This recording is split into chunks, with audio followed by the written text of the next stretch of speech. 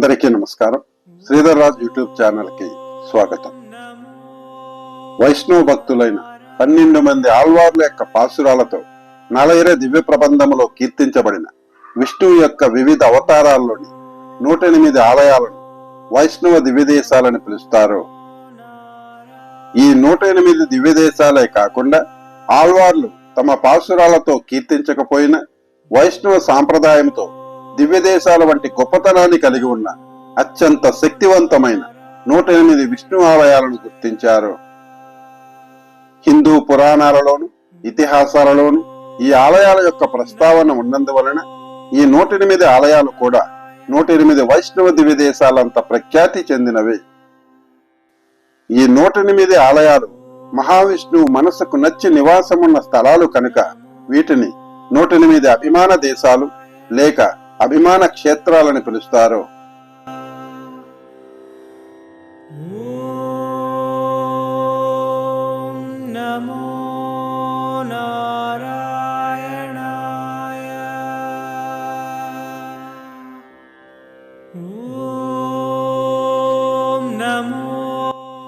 ఈ వీడియోలో మనం ఈ 108 అభిమాన క్షేత్రాలలో 82వ క్షేత్రమైన కర్ణాటక రాష్ట్రములోని మైసూరు నగరానికి సుమారు 19 కిలోమీటర్ల దూరంలోని శ్రీరంగపట్టణములో గల శ్రీ రంగనాథ స్వామి ఆలయాన్ని చూస్తాము.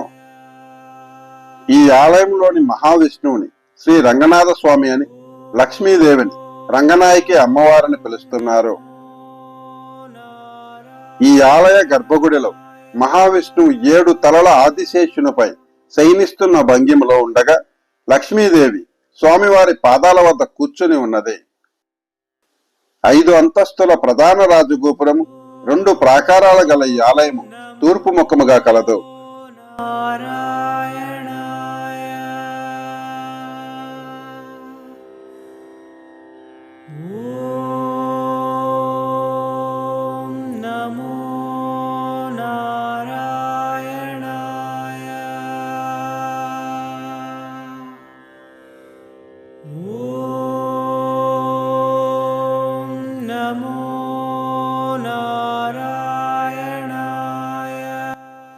కావేరీ నదిలోని 3 ముఖ్యమైన ద్వీపాలలో 3 పవిత్ర వైష్ణవ క్షేత్రాలున్నాయి.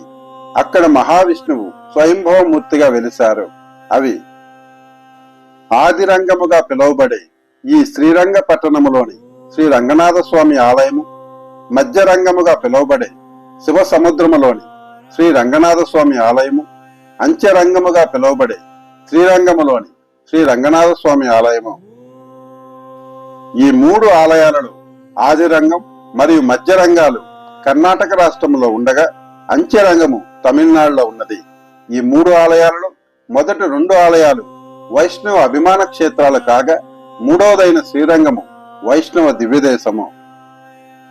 ఈ 3 ఆలయాలను ఒకే రోజున సూర్యోదయం నుంచి సూర్యాస్తయము లోపల ఆయా ప్రాంతాల్లోని కావేరీ నదిలో స్నానం చేసి దర్శించుకుంటే సమస్త పాపాలు తొలగిపోతాయని గ్రంథాల్లో పేర్కొనబడి ఉన్నది.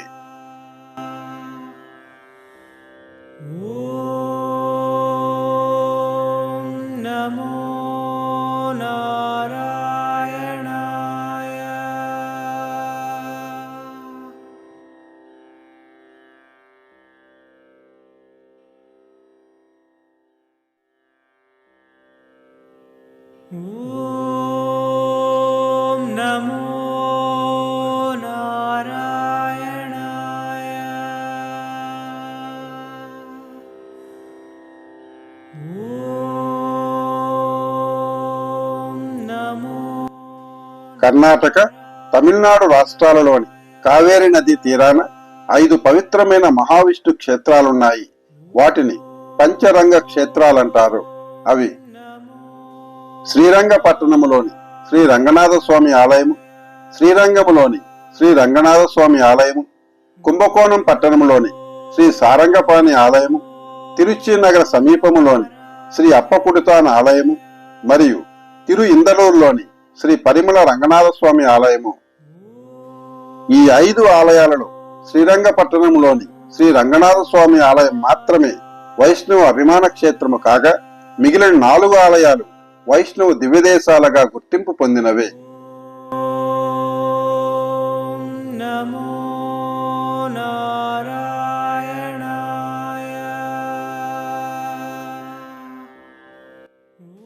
హిందూ పురాణాల ప్రకారం గౌతమ్ మహర్షి ఈ ప్రాంతానికి వచ్చి తన ఆశ్రమంలో గోవులను చంపిన పాపము నుంచి బయటపడడానికి శ్రీ రంగనాథ స్వామిని పూజించారని పురాణాల్లో పేర్కొనబడి ఉన్నది.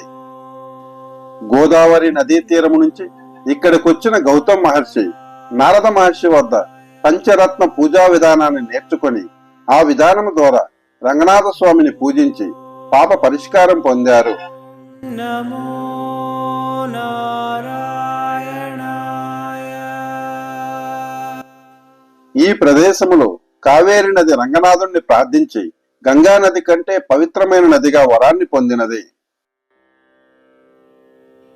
ఓం నమో నారాయణాయ.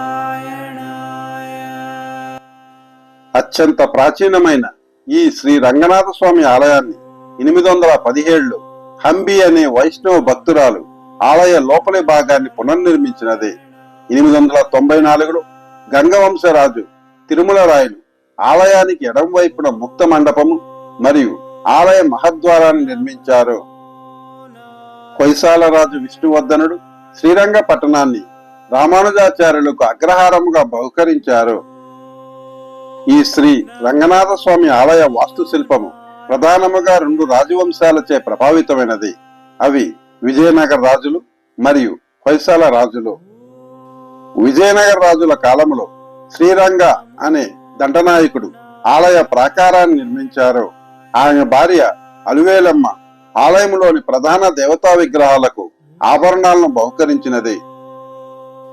ఆ తరువాత కాలంలో మైసూరు వడియారు మరియు హైదరాలీ, టిప్పు సుల్తాన్లు కూడా ఈ ఆలయాన్ని సంరక్షించారు.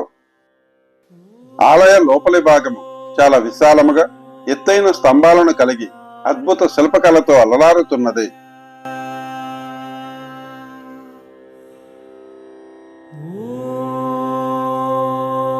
ఓం నమో నారాయణాయ.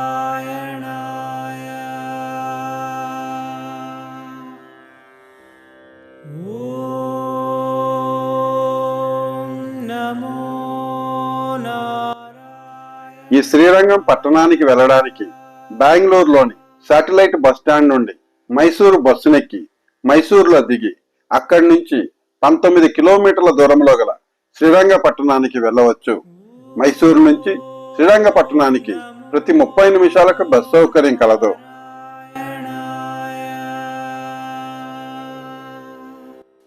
ఈ ఆలయము ఉదయం 7 గంటల నుంచి మధ్యాహ్నం 12 గంటల వరకు మరియు సాయంత్రం 4 గంటల నుంచి రాత్రి 8 గంటల వరకు తెరిచి ఉంటుంది.